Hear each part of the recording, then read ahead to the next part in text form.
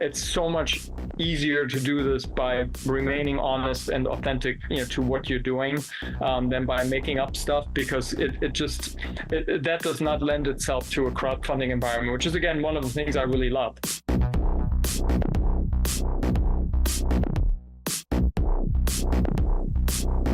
Hello, everyone. Welcome to another episode of Test, Optimize, and Scale. It is my distinct privilege to have Michael Marquardt here with us today, CEO of Epi One. We're going to talk about early cancer detection, a topic that is relevant to everyone who's listening in today. You're going to hear from the front lines about what Epi One is doing to solve this global issue. We're going to learn about Epi One's Start Engine campaign using regulation crowdfunding, one of the most successful campaigns of the year. And when you look at the statistics, a top issuer to date. Michael, thanks for taking the time to join the discussion today. Thank you, Jason. It's great to be here. And my team can't stop saying enough great things about Epi One, the technology. You as a founder, I thought we'd familiarize the audience a bit and was hoping we could begin with your background. Absolutely, Jason. So I've been a serial entrepreneur. I'm now 54 years old. This is my fourth company. I'm a immigrant to this country from Germany.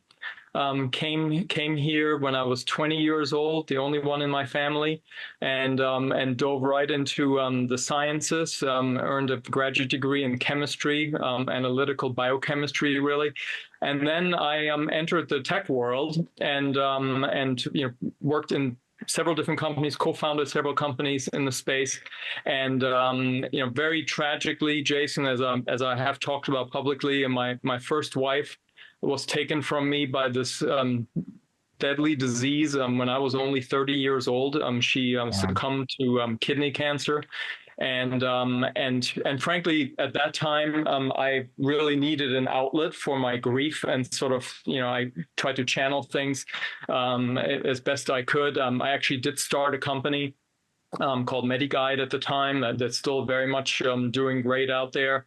I exited about almost 15 years ago, but we provided independent second opinions to terminally ill patients in collaboration with medical centers from around the world.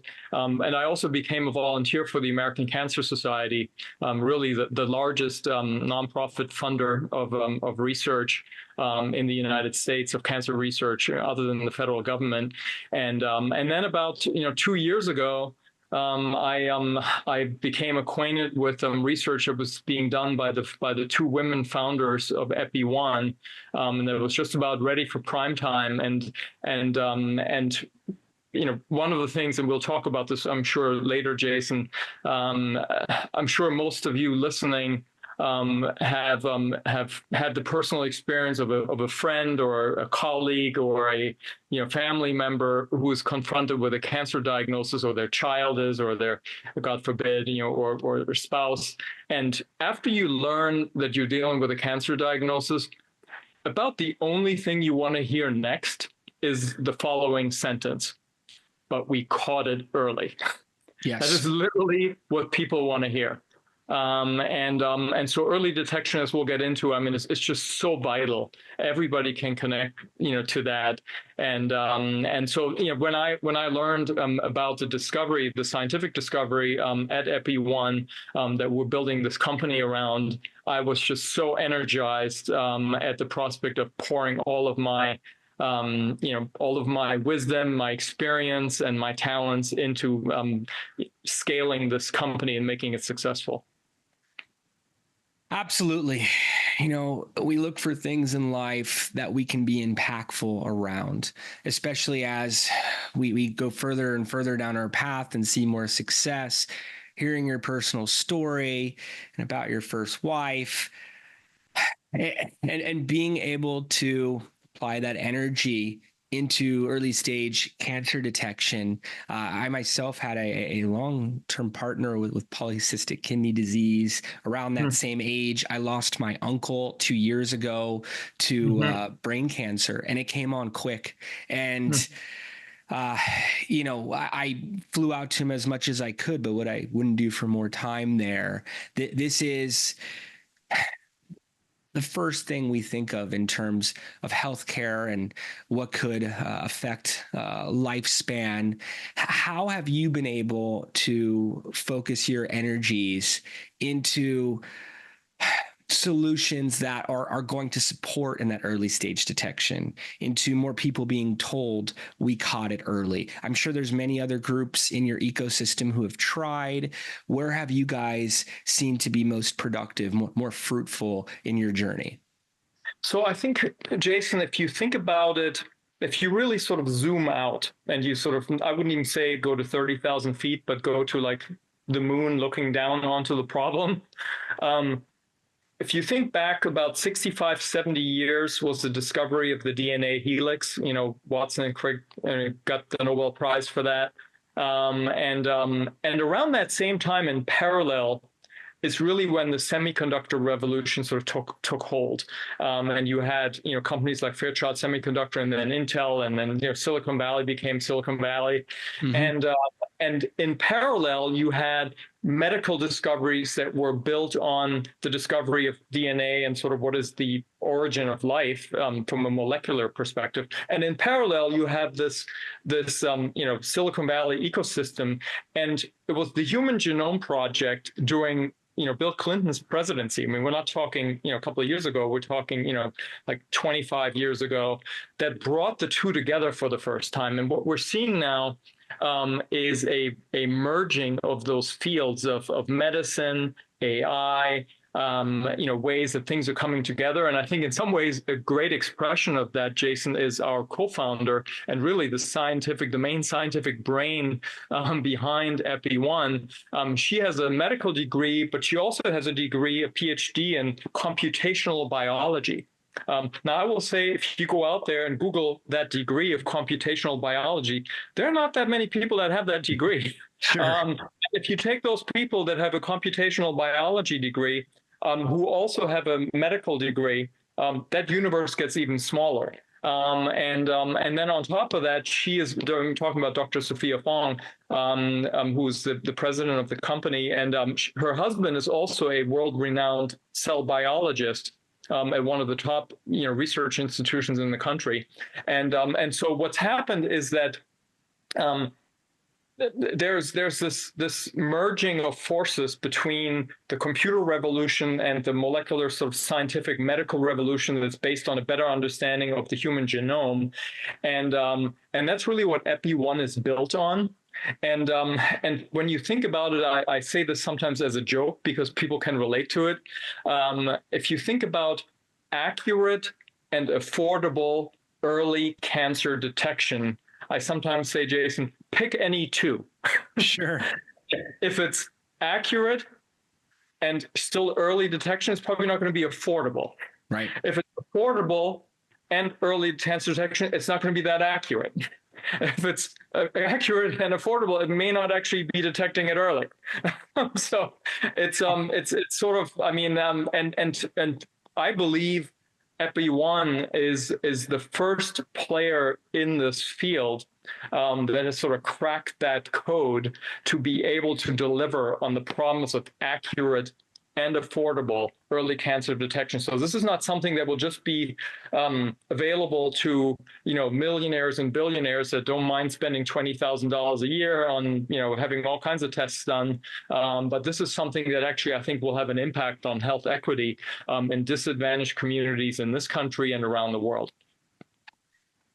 And how large is the issue? Speaking to the numbers, how many people get a cancer diagnosis every year? How many people are living with cancer? How big of an addressable market could this potentially benefit?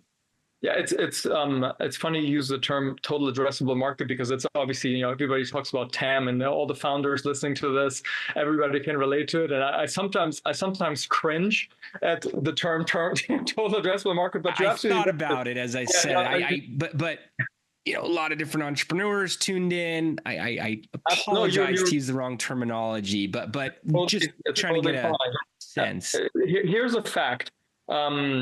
Approximately one in two people in their lifetime will be diagnosed with cancer. That's a lot of people. And I mean, that's sort of stunning when you think about it. But there's slight differences in genders between women and men. So, it's probably, but it boils down to about 45%, which is almost 1 in 2. And so you have, of course, the more common cancers, colon, prostate, and breast cancer. And you have, the ones that almost everybody knows, oh my God, if you get that one, like pancreatic cancer or glioblastoma, brain cancer, those are more rare, but they also tend to be more deadly, principally because they're often found too late. And they're rarely detected early. But when you're looking at the total addressable market here, you're looking at the fact that I mean, hundreds of billions of dollars are spent on cancer diagnosis just in this country every year. That's everything from somebody getting their PSA test done to mammography, for breast cancer screening, to other kinds of screening that people are doing. And worldwide, this is an interesting thing. Worldwide, Jason, the number is I think about 3 or 4 times that. Interestingly, I've spent a lot of time professionally in Southeastern Asia and also in Europe, of course, where I'm from. In Southeastern Asia, where there's massive population centers, I mean, in the billions and billions of people, there is a great interest in this type of leapfrogging. I had a conversation with one entrepreneur in Singapore who said that this reminds, what we're working on reminds them of sort of the leapfrogging of people that are going right from having no phone to having an iPhone. They skipped having the landline, they skipped having the ISDN connection, and they're going right to this. And if you look at some of those countries, Tracy, you don't have big breast cancer screening operations with mammography and x-rays and so forth. They're looking to go through biomarkers, which are going to be much more affordable and be available to the masses, and to be able to screen large populations. And in a lot of those countries, you have effectively government healthcare. And these countries are basically realizing the only way they're going to be able to get ahead of the cancer problem that is affecting half their population is by investing and promoting sort of the newer scientific discoveries in this space. So it's something that's going to affect 1 in 2 of us. There is so much in terms of resources that's poured into the industry annually, and things that exist. So I go for my annual checkup. I get my labs done. I'm always, a little concerned. Hey, what if they find something? But I understand it's important that they do. How is Epi One going to improve upon this process? What are some holes? What are some blinders in what currently exists right now? So I think I already mentioned the PSA test, which is the most common prostate cancer test. It's a test for the prostate-specific antigen. Most of you listening that may be familiar with this test have also been told by their urologist or by their physician that it's not a very accurate test. It's sort of like you don't focus on the number, focus on how the number moves from year to year, or focus on, if it goes up, we want to make sure we check how fast it goes up. It's kind of an inaccurate science, and I think that's actually a good example. There's quite a bit more uncertainty in this than you might think. It's the same really with all the other conventional screening methods. They all tend to require additional next steps. So you might have, let's say, a concerning PSA number. So they say, well, come back in a month and we'll test it again and see where it is. And then depending on where it is, we might go in and we might do a biopsy. And then we go in, well, based on how that goes, we may have to do some exploratory things. And in between, we may do imaging, and it creates a lot of anxiety for the patients and their family. Now, I would say that one of the interesting things that has come out of the Human Genome Project, broadly speaking, have been some of these genomic sequencing tests. And we've taken the view at Epi One, Jason, we're cheering on the whole industry. I mean, I don't really think of this in a competitive way. Right. I'm thrilled with the billions of dollars that are being poured into this industry, by folks that are in the same field. I've had lots of people ask me based on what I'm doing at Epi One, say, hey, what do you think about, the Grail's gallery test? And what do you think about this? And what do you think about that? And I said, look, we're all trying to move in the same direction, which is earlier and more accurate and more affordable cancer detection, because that's the way to wipe out this disease in a way that it really becomes less scary. But in terms of, the real holes out there, there is still not a genuine, authentic understanding of what changes at the cellular level when a cell turns cancerous. So we're looking for all the things that come after it. You try to find it on an X-ray, you try to find it in an MRI, you try to find a mass. But is there something that happens at the molecular level where you could literally detect the byproduct of a cell turning cancerous in some way? And I think that when I look in the eyes of the researchers in the lab, I can tell based on the hopeful faces that they have and literally seeing the hope in their eyes that there is a lot of progress being made. But it's still not enough. And at Epi One, we're very excited because we have discovered a breakthrough understanding of what part of the molecule, of the DNA molecule, to look at to determine whether a cell has turned cancerous, then to isolate that part of the molecule and then to amplify it with a very inexpensive technology that most of you will have heard of, and that's PCR, polymerase chain reaction. PCR tests everybody pretty much used during COVID. Yep. And most folks that took a biology class probably did a PCR in their high school biology lab. It's not something that costs thousands of dollars. It's something that's very inexpensive. And so I would say that, as I mentioned earlier, that the whole has been that the things that are purport to be accurate tend to have accuracy more in like the 70 percentile. PSA is about 63, 65%. Some of the tests, even that some of the ones I've mentioned earlier, are maybe 75. So you might still have 25% false positive. You might still have 25%, false negative. Depending on where the numbers are. So getting to a point.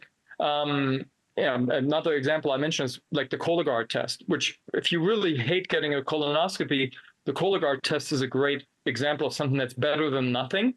But guess what happens if you have a positive Cologuard test? You have a colonoscopy. It's not like you move right into surgery because you have to get it confirmed first, right?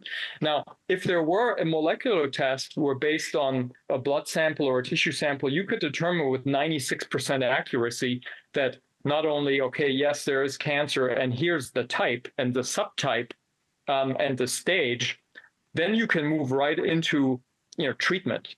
And so I would say the whole right now, to answer your question more directly, Jason, is that there is a gap in between that initial diagnosis, having to be repeated with additional steps, and there might be a month or two and lots of anxiety on the patient and their family side before you then actually can address it with the right treatment. And that's a big gap. Even just hearing the numbers, how much more comfortable I am with 96% versus 75, 70, 63, being able to understand you're actually amplifying it at the molecular level and hearing about applications of, PCR tests. Applaud the industry, by the way, for building off each other's achievements and sprinting towards the goals here, where that's not true for every other vertical, for many other verticals of founders that I have on the podcast. Have you found strategic partnerships to be easy to develop in the industry? Do many groups want to get involved when they hear about what you're doing? Different nonprofits, different organizations, different publishers who has been able to build an alliance with you guys based on these findings and what you're able to do at the molecular level? We definitely, that's a great question, Jason. We definitely, I would say, overall, I feel the warmth and the welcome from the cancer community at large. Been great. It's actually one of the things that that kind of put us over the top in terms of saying, we're going to do an equity crowdfunding campaign. I know we'll come to that later, but when overall, that is still relatively uncommon in the biotech space.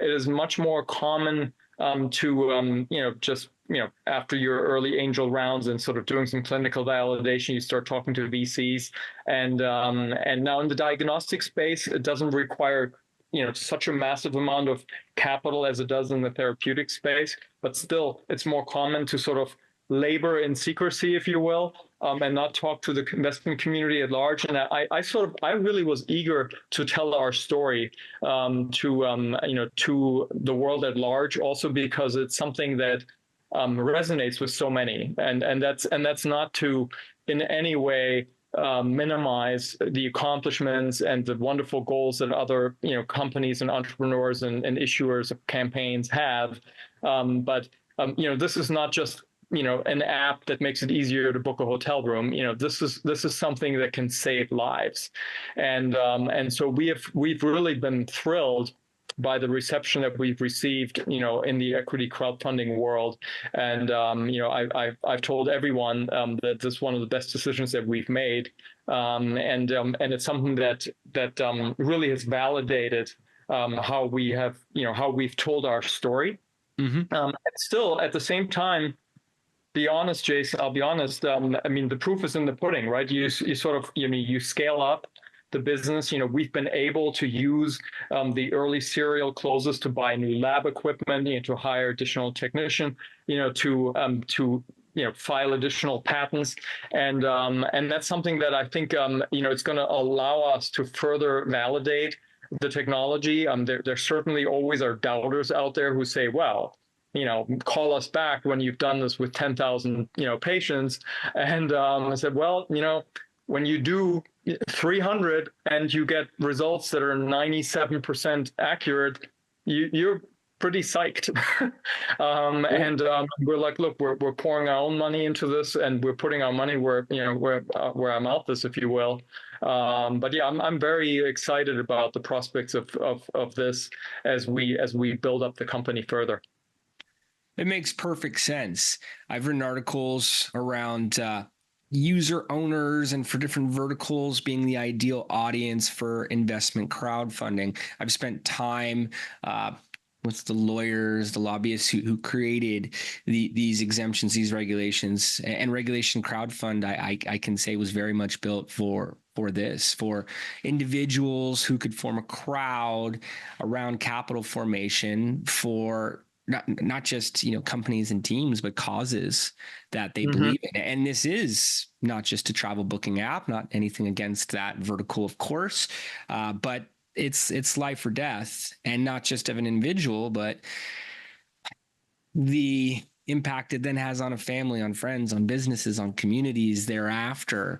So I find when I interview retail and accredited investors who participate in these types of deals, it's the enrollment in the cause and being able to talk about, I'll say, and I'm even cringing saying this term, their portfolio as a result, meaning, hey, I'm investing into this new technology that is showing dramatic lifts in percentages of early stage cancer detection, and at the molecular level, that can be more meaningful to a retail investor than seeing a multiple return and in a small window of time in a company that may have questionable values or they're unsure about. I imagine there's still somewhere in the priority list a goal for overall growth and valuation and share price. But what I first hear from investors is more about the story and the emotions they experienced when learning about the brand, learning about the offering.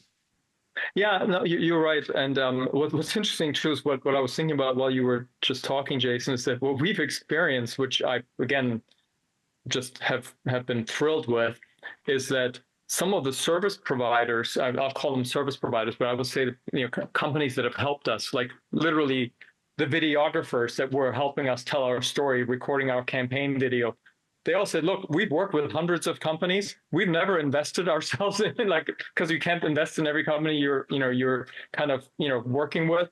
But yours is the first we've invested in. And so we've had a number of cases like that.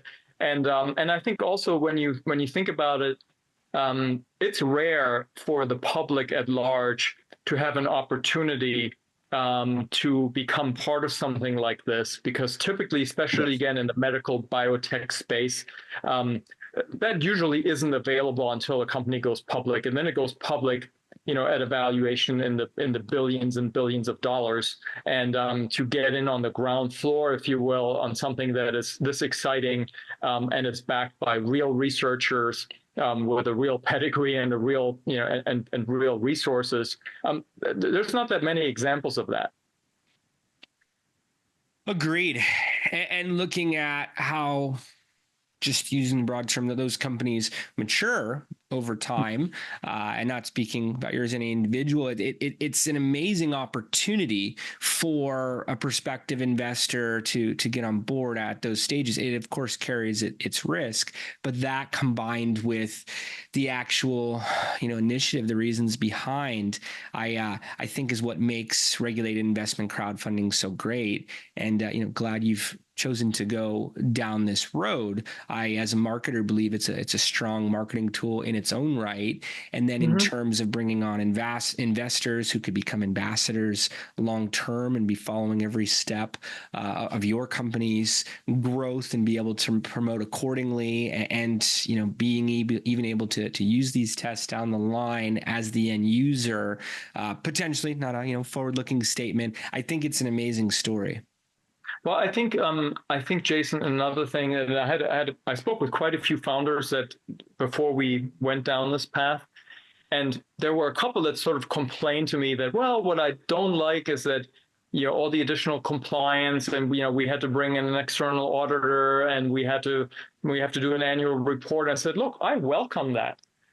Absolutely welcome that. And actually, I think it's a great thing that the SEC required in the regulations, in my opinion. I'm sure There are people who say, oh, that's an extra burden. And when we looked at, do we join the broker-dealer platform, as part of the Reg CF raise, I said, look, we welcome additional compliance. We welcome additional disclosure requirements. In some ways, I find that when I compare this round of fundraising here to the private rounds that I've been involved in as an entrepreneur over the past 3 decades, this has been the most transparent process, and it's required the most compliance. There's still a lot of risk to anyone that invests in a startup. We all know the percentages, and there's more startups that fail than not. But when you're looking at, I have to say, just on the face of it, Jason, if I have an option between investing in a company that's had its financial statements independently audited, not by their cousin, but by an independent CPA, and has had to put, the SEC disclosures out there about what everybody's getting paid and what is going on sort of inside the company, material changes, versus one that is essentially opaque or non-transparent because there are 3 angels that have funded it. They don't really want to disclose financial statements. Maybe there's one VC that really has negotiated their own sweet deal, God bless them, but they don't really want to see all of the details out there in the public. I really think it's a democratization of venture capital and the funding environment, and I'm absolutely become a disciple of the direction that this is going, and I hope that, frankly, the rest of the world, and not just the United States, which is as usual leading the way, but that the rest of the world, will take steps in this direction in a regulated fashion as well. Well said.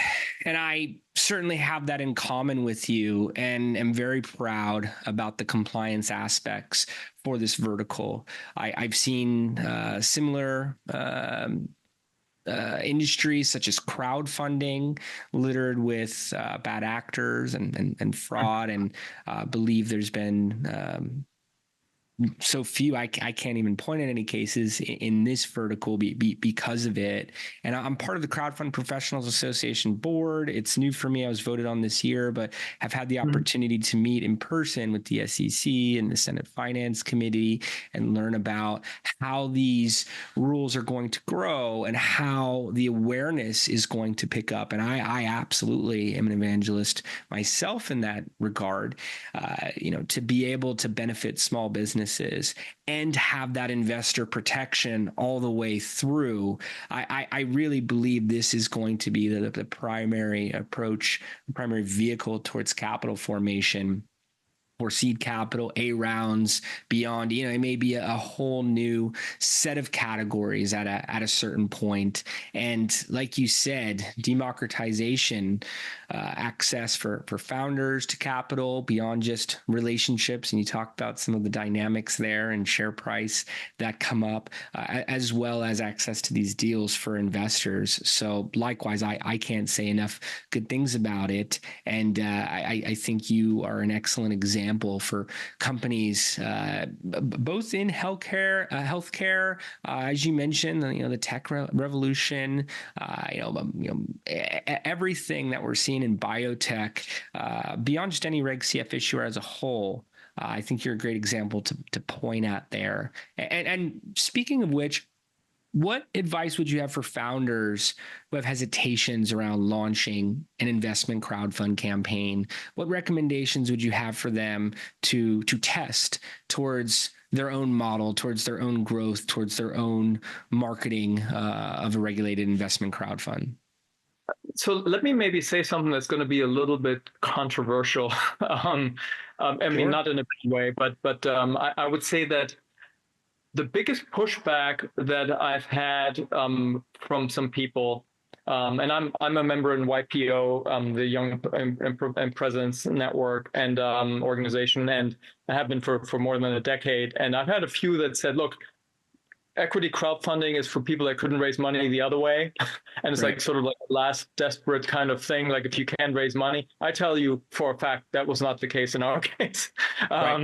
There are so many advantages, but I would say the advice I would give to a founder who's considering it is really look at the facts, dig into some examples, and talk to your network. I mean, are you in a company where actually it would be really neat to sort of build a community early on, or is that something that's just not important to you? If to scale your business, ultimately it is not important to have built a community in the early stages, then maybe hold out for that one investor that can really help you scale.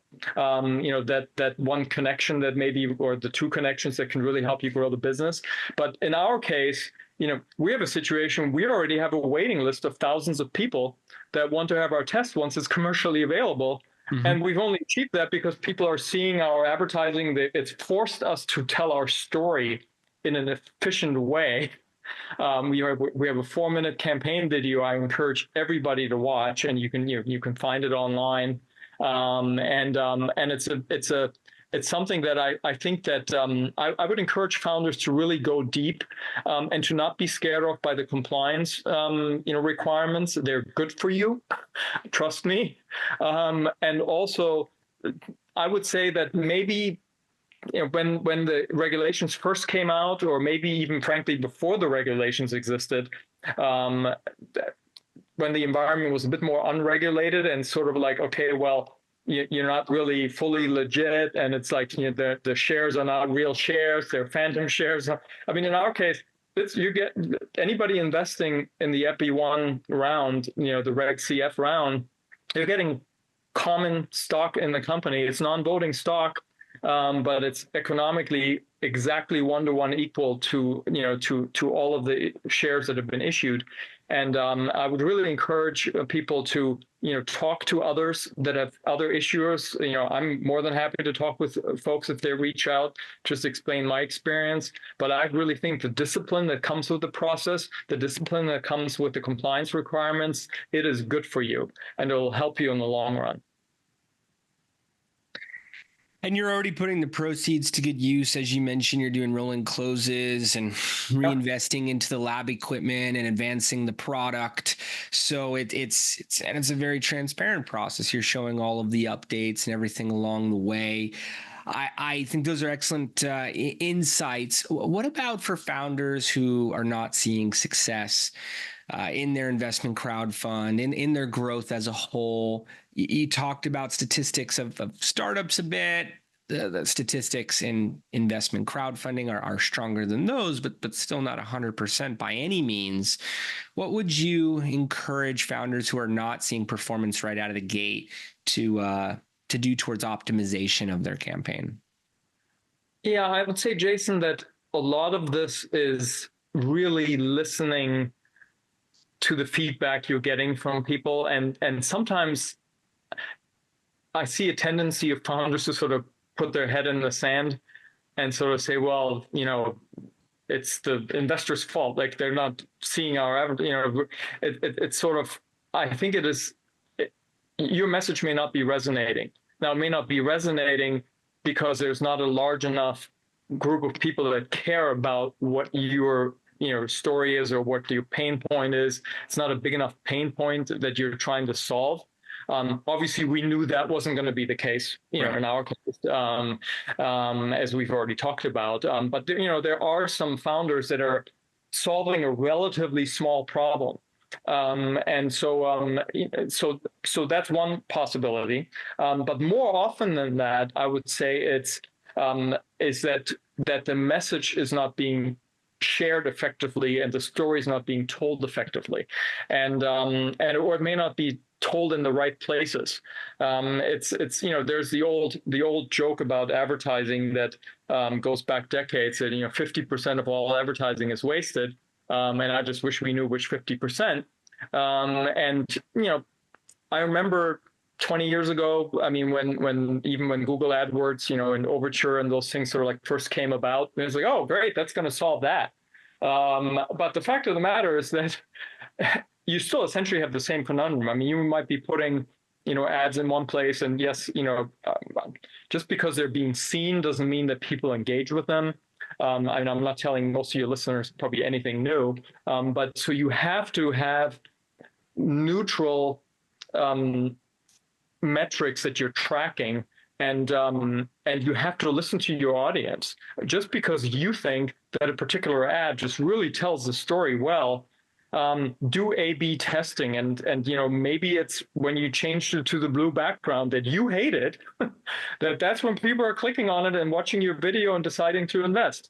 And it could be that the language that you didn't like, but that the ad agency recommended because they think it's going to connect better with the audience, that actually is delivering the results. And so I think it could be that the influencer that you thought was a little hokey, kind of like recording a selfie, video and sort of like telling the story a different way from the way you would have told it, that's what's resonating with a particular audience. So I think, try to be unbiased in your analysis. Have some courage to go out of your comfort zone a bit, and listen to the data, and then optimize and scale. I mean, truly, put your ego aside, and listen to the experts, and then optimize again and scale again. Perfect. That is the same way we approach it. I really like your word choice with unbiased, put the ego aside, listen. It's not working. Speak to the investors directly. Have an understanding of what stands out to them about the story. What is unclear? Maybe it's too lengthy. Maybe being able to emphasize a few words, and testing and future iterations of advertising as an example, or conversations with those investors. I look for the moments their eyes light up a little bit more, and you could really see that the opportunity is landing, and being able to break down. If I may add a point, you just stirred something. The thing is also, we have at times made this mistake, so that's why I'm willing to share. It's also really important not for all of the messaging around your around your crowd equity fundraising round to all be transactional, to all be correct. Please invest. Like we've had some of the advertising or some of our email drip marketing or some of our various social media posts that have been the most successful in actually generating investment have been the ones where we just spotlight and part of our story that had nothing to do with the round. But it might be a scientific progress, not at our company, at another company that's doing something, that's sort of adjacent and related. And because we're highlighting and people say, hey, we really like the way you highlighted this other company. And you know what? It's causing me to invest in Epi One. And I think it's, it's not just all about, you have 3 more weeks to respond or we're offering these perks. I mean, that's all great. And you got to do it because people, they're seeing all kinds of things and you have to get through that barrier of people receiving hundreds of emails a day and seeing thousands of different things in their feeds, but sometimes just slow things down and have maybe a 2-sentence post about something that happened that caused you to hit pause and say I wanted to share that, and I think that's really important.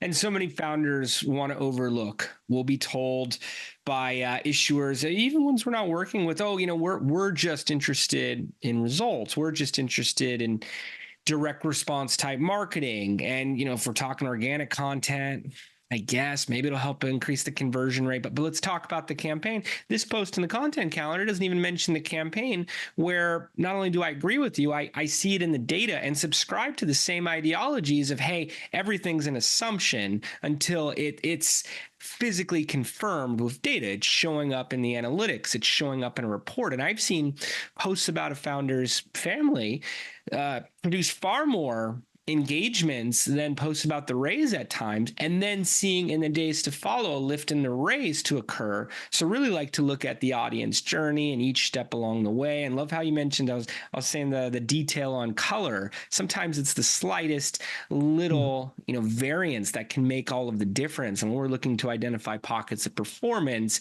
we need to make sure enough of them are carved out so we know what to do with the data. The data is only as good as what you use it towards. But it explains a lot about how you've been able to produce these investor relationships, and ultimately, how have you been able to scale? How have you been able to produce 7 figures in capital raised, hundreds of investors? This is very difficult to do, and statistically, you are a standout. What examples, what tips would you have towards anyone tuned in towards scaling their efforts? I really would say that a lot of it does come down to building trust with your investment or community of potential investors, and I don't mean to say this in an overly generous means to me or other people on our team, but we have had a number of investors that said, look, I'm investing because of you. I'm investing because you're involved, or I'm investing because, Dr. Fong's involved, or I'm investing, because of the team. And any startup, rises and falls with the team. Can it execute? Do you have a track record of success? Is this the first time you're doing this? When you're looking at the statistics that we mentioned about sort of the number of startups that fail, when you dig a little deeper, you sort of say, well, if it's that startup founder's third company and the other 2 have been successful, the odds are a lot higher. The third one's going to be successful. Then you look at somebody's background, and where they're doing it and who have been the early supporters. And I think that I do think a lot of it does end up relating to doubling down on having some courage, and telling your story honestly and authentically. Trust me, if you don't do so, you'll never be able to scale because you'll get tripped up. It's so much easier to do this by remaining honest and authentic, to what you're doing, than by making up stuff, because that does not lend itself to a crowdfunding environment, which is again one of the things I really love. There have been so many stories, and I'm not in any way denigrating anyone else's efforts or the traditional way of financing companies, but we've all seen how a pitch deck, to one investor group, looks like this, and then it goes to another investor group and it has different data in it. And then these things happen because it's, you're trying to optimize, to whoever you're funding. But when we're talking to everybody the same way. And I just really think there's a discipline that comes with that. And then once you're, hitting on something, don't be afraid to put your money where your mouth is in scale. And so, I mean, what we're doing, for example, is, we're just about to hit the final month. We have, our investment our Reg CF round will come to a close at midnight Pacific time on December 5th. So we have about, depending on when you're listening to this, we have about a month to go, roughly, as we're recording this, and we have a little election, between now and then, and so some people will be distracted. But we're at a point where we're saying, look, we're prepared, to budget from a marketing perspective to really double down and triple down on what's working, and that's how you're scaling, and that's how we're going to go through the finish line strong. And also, it is something that I believe this will be the last opportunity for somebody to become an investor and become a part of this dream of accurate and affordable cancer detection before our valuation will go up by quite a bit, because as we've said publicly, we're filing additional patents.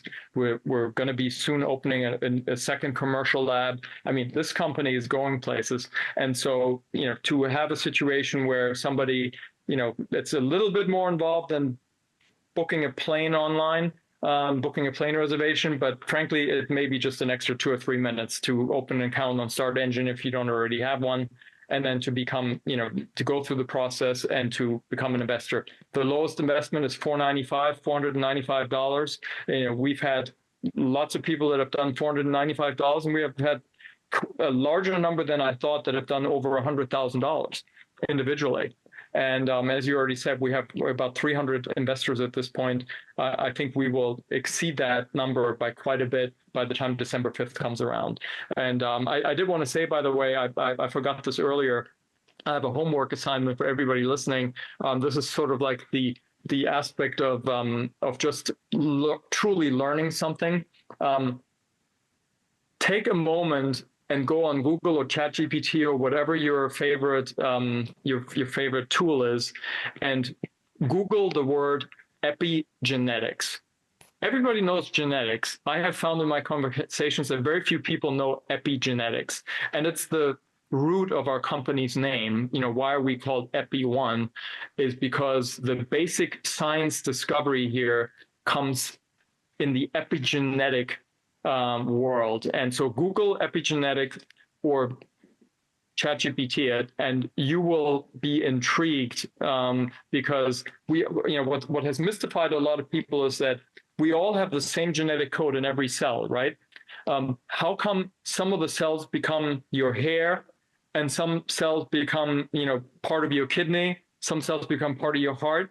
Well, that is in the gene expression. And without going into like a PhD scientific lecture here, you have a situation where epigenetics determines how a cell's genetic code is expressed, and this is an area of science that is still in the early days, if you will, and so we decided to put it in the name, Epi One. We think we're going to be the first company to really take epigenetics and the insights that come from epigenetics to the masses. But I thought it'd be fun if there's only one thing you do, other than hopefully going to our campaign page and watching our video, on Start Engine, is, Google epigenetics, because you'll learn something maybe you can share with your kids or with your friends or colleagues. And I firmly believe sometime in the next probably 4 or 5 years, epigenetics is something that's going to be much more talked about in the mainstream. There'll probably be a 60-minute special on epigenetics. It's something that is, it gets you ahead of where science is going with regards to not just cancer care and cancer diagnosis, but the same for aging. There a lot of epigenetics is related to how cells age and so forth. So just a fun little takeaway. Well, highly encourage listeners, viewers, Google epigenetics, check out the Epi One campaign on Start Engine. Michael, as you mentioned, there's so many great pieces there to running a successful campaign, and it's no wonder that you're seeing a higher average investment amount than many other Start Engine issuers are, that you're continuing to see that momentum, how you're planning out the timeline from here to the closing on December 5th, and really maximizing the amount of individuals who could get involved, and all towards early detection of cancer. So I can't tell you how much I appreciate the time for taking the to do the podcast here today, as well as going into this level of depth with us. My pleasure, Jason. Thank you very much for inviting me. It's the pleasure's been all mine. And again, check out the Epi One Start Engine page. We'll see everybody next time. Thanks again, Michael.